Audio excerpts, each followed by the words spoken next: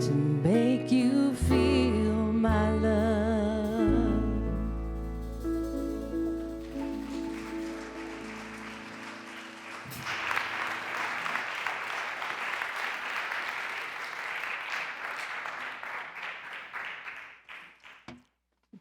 That song is really perfect for the talk title today, which is Sacred Service. You know, what does it mean to actually be in service? And as I said in the email blast that I sent out this week, I honestly believe that this is the most important part of our mission statement, that we are here to serve.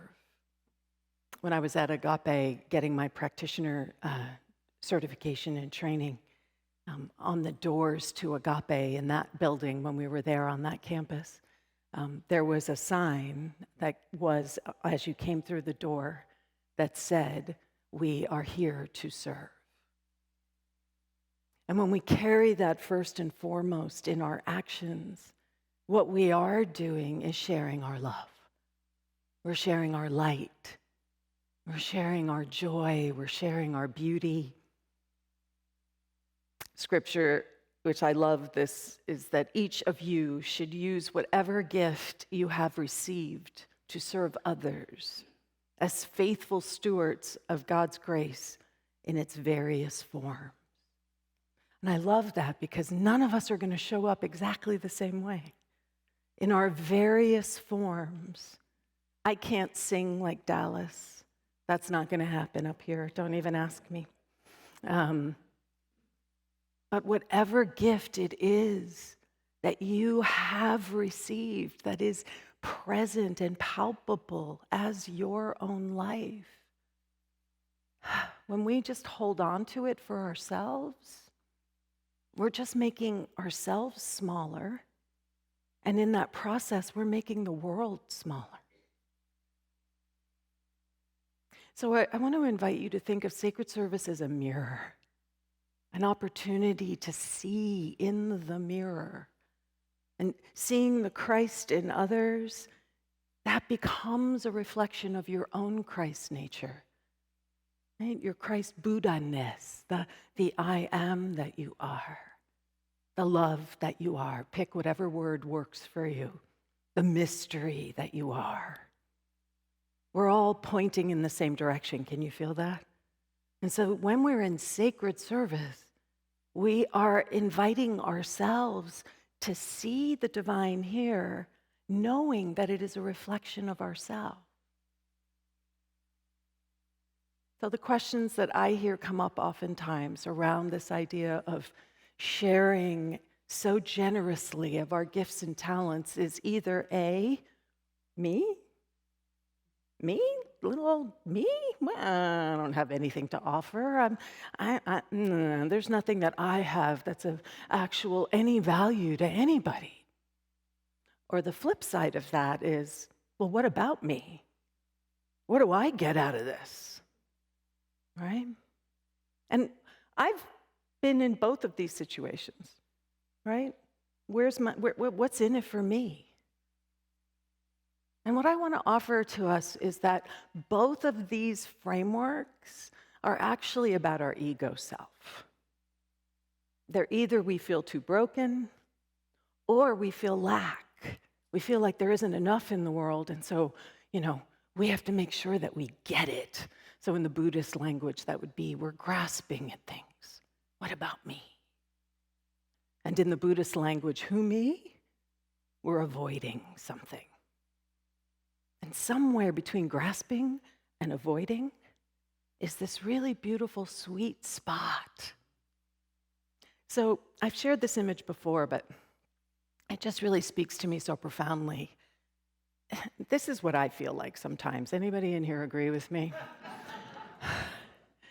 That I have the stillness and I have the centeredness, but I feel like I'm missing a head or an arm or a leg or a foot. Feeling like, time has sort of worn a groove in me, right?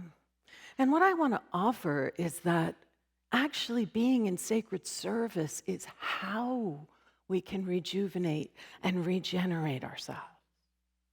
So that even the places that feel broken, that's actually where our light shines through the most. That it's the places that we want to cover up. It's the places that we don't want anybody to see that are actually the greatest gift that we can give to the world.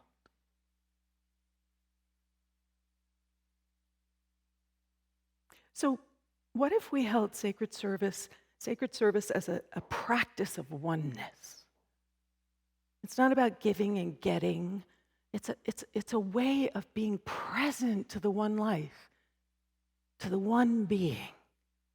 Because it's in that connection that whatever it is that we think is so ordinary about us actually becomes extraordinary. It's in the connection when we are aware that there is no other. There is nothing outside of the wholeness that exists. So there's a consciousness that I'm inviting all of us to anchor when we enter into sacred service. So we have lots of teams here, right? We have lots of ways that people serve. We have our ushers and our welcome team. We have hospitality. We have the service assistants. We have youth and family. We have choir. And there's more. I've got a second slide because I know there's more, right? But what's the consciousness that each of these teams is being invited to anchor? So the ushers and the welcoming team, they are anchoring a consciousness of belonging. They are anchoring a consciousness of open-heartedness. They are anchoring a sense of order. If you're a new person coming in and you have no idea where the bathrooms are, you have no idea where anything is, there is a person there to support you, to be able to orient yourself to the space. It's not just about, hi, welcome, here's your program, go on in and sit down. There's something else happening. Can you feel that? Hospitality is about connection and community and belonging.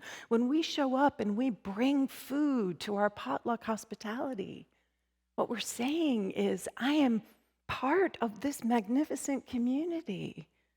And whoever is hungry, come and eat, for we are the overflow. The service assistants, they hold down order and flow, and they are creating sacred space too. They're facilitating something that's happening. Youth and family is all about possibility and creativity and knowing the wholeness of who we are. And the choir is all about anchoring joy and creativity and open-heartedness. And for me, most importantly, creating that container of sacred space. So you can sing in a choir and it can be all about your own performance. Can you feel the difference here? Or you can be in the choir, and you can be anchoring something that connects you to the whole community so that we all get to go somewhere together. We have prayer chaplains, we have the board, we have a facilities team, we have a flower team, we have our inspirational readers. Do we have a lot of opportunities for people to show up in sacred service? We do. And so the prayer chaplains are holding healing and wholeness and creating that sense of sacred space. The board, they are anchoring vision and strategy and abundance and possibility. The facilities team, who cannot praise that team enough, honestly, but their underlying message, which I know we all feel, is beauty and vision and order, and again, creating that sacred space. Are we starting to see a through line here, a theme around sacred space? The flower team, look at these beautiful flowers. Creativity, beauty, right? Sacred space. the inspirational readers, inspiration, sacred space.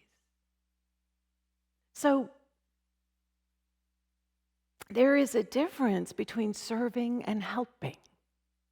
When we show up in service, we're showing up not really knowing what's going to happen, because we're showing up meeting each other as equals, and you are going to impact me as much as I am going to impact you. There is a give and take, but it's organic. It's not predetermined. So I know I've read this before, but I'm reading it again because repetition, repetition, repetition. So this is by Rachel Naomi Remen, and she's really wonderful if you don't know who she is. She wrote this a while ago on the difference between helping versus serving, and I'm just going to pull out some excerpts here. Serving is different from helping. Helping is based on inequality. It is not a relationship between equals.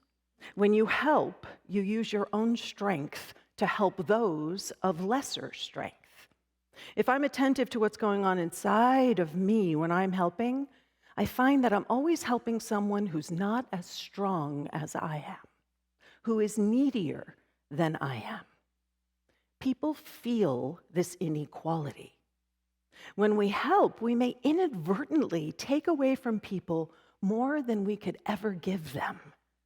We may diminish their self-esteem, their sense of worth, integrity, and wholeness. When I help, I am very aware of my own strength. But we don't serve with our strength. We serve with ourselves. We draw from all of our experiences. Our limitations serve. Our wounds serve. Even our darkness can serve. The wholeness in us serves the wholeness in others and the wholeness in life. The wholeness in you is the same as the wholeness in me. Service is a relationship between equals. Helping incurs debt. When you help someone, they owe you one. But serving, like healing, is mutual. There is no debt. I am as served as the person I am serving.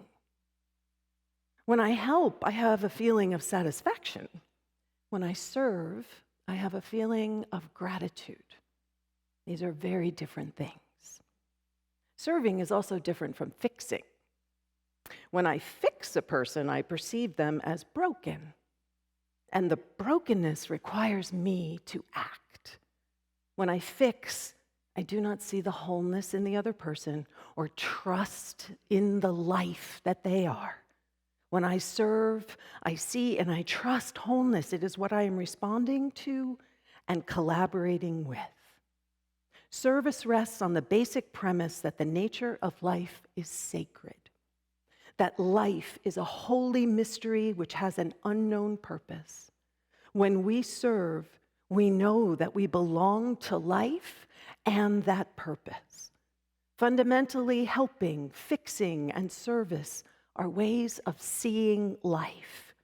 When you help, you see life as weak. When you fix, you see life as broken. When you serve, you see life as whole. From the perspective of service, we are all connected. All suffering is like my suffering, and all joy is like my joy.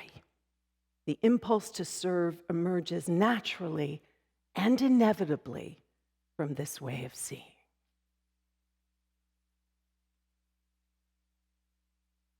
So can we take those parts of ourselves that want to show up, that want to help, that want to problem solve? I'm a problem solver, have you noticed? I work on it all the time. What if there's no problem to solve? That's what I tell myself. What if it's not a problem to solve? What if I can shift my understanding? What am I being invited to show up as? What am I being invited to learn? And that's the gift of service. There's a reciprocity when we show up in true service that opens us and expands us. It allows us to sanctify life itself. It allows us to declare holy, holy, holy with a W and holy with an H, life itself. So that this is what we're inviting all of us to live as. We don't need to hide the places that we feel are broken. My sorrows are the same as your sorrows at the root of the root. Can you feel the truth of that? None of us is alone, ever. And when we show up in true service, we get to give away the ego concerns about who we're supposed to be or what we're supposed to get or who's getting too much or why don't I get more or why do they always do? I mean, you know the narratives, right? But instead, we get to show up and truly be a space for deep healing. She goes on to talk about how fixing and helping is about trying to find a cure, and serving is about deep healing. We don't need the cure. I don't know about you, I'm in it for the deep healing, right? I'm in it for the deep, deep healing. So today, we get to celebrate a whole group of people in our community who anchor this consciousness for us, who anchor this idea of being in service and specifically seeing wholeness, because that is what prayer chaplains are doing first and foremost. They are knowing the truth of a situation, of a person. They are knowing that there really is no problem. There is nothing that needs to be fixed. There is something that is being invited to transform. And when we lead from that consciousness, we create a space that has a vibration that is just so, so powerful. So I'm going to invite our seasoned prayer chaplains to come on forward. Somebody said we should call them the marinated prayer chaplains. I'm going to invite our seasoned prayer chaplains to come forward.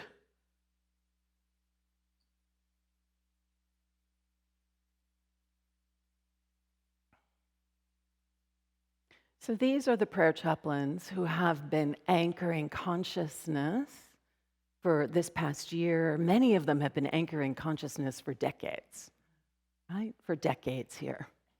We're going to get Ina up here as well. Elizabeth Drew and Yvette Connor are the co-leaders of the prayer chaplains. And then in addition to these seasoned prayer chaplains, we do have a new light coming in, and we're all just going to turn around and we're going to wave to Jen, who woke up this morning not feeling well, and we're going to send her, knowing that she is right here with us today.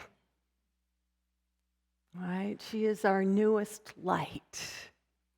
And we also have Kathleen O'Dea and Claire Grinzel are not with us today. So I want you to envelop those three individuals in addition to these fabulous individuals. I'm going to get out of the way so you actually, it's not about me, it's about them right now. As we prepare to install them for this year. So we're here today to celebrate and install this year's Unity in Marin prayer chaplains.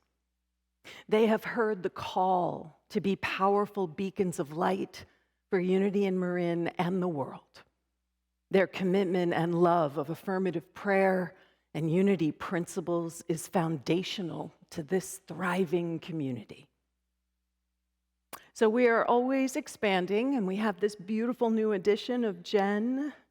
She has said yes and answered the call to prayer as well, answered the call to being an anchor of truth.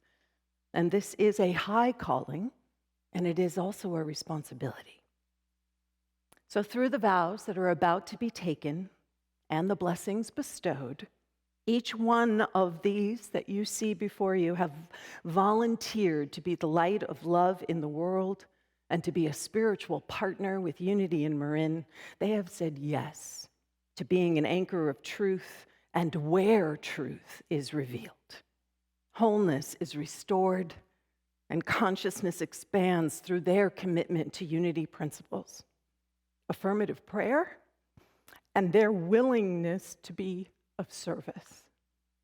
They have said yes to being a place of steadfastness and compassion for this community as they answer the call to serve. So you, Jen, too, and Claire and Kathleen are the healing arm of Unity in Marin. And as you come to this holy moment and take these vows, may you hold in your heart these words from Luke. Don't worry how you'll respond, and don't worry what you should say. The Holy Spirit will give you the words to say at the moment when you need them. The Holy Spirit is you. As that I am that you are, and as the I am, you will always have access to exactly what is yours to say and to do. So I invite you, as I ask you these questions, to respond by saying, I do, if you are truly saying yes. But you're here, so I'm assuming you're saying yes. Do you dedicate yourself to an ever-deepening spiritual practice where you may know and live into an expanded awareness of the I am that we all are? Do you dedicate yourself to behold the divinity in all people, to anchor and see the oneness that we all are, and to the best of your ability, know that oneness in the face of all circumstances or conditions? Do you answer this calling with dignity, integrity, and sincere commitment? Do you support Unity in Marin and its mission to be dedicated to spiritual growth, inclusivity, and service, and to honor and care for ourselves, each other, and the natural world? Do you support the mission of the Unity in Marin prayer chaplains to be a beneficial presence on this planet through the power of affirmative prayer? It is my honor to install you to the Unity in Marin prayer chaplains for 2024. Your service to this community is a blessing to the world. I'm going to invite the community to stand. We're going to bless them. And Jen, we're including you, and Kathleen and Claire as we say this together. We love you, we bless you, we appreciate you, and we behold the Christ as you. And so it is. Prayer chaplains for 2024.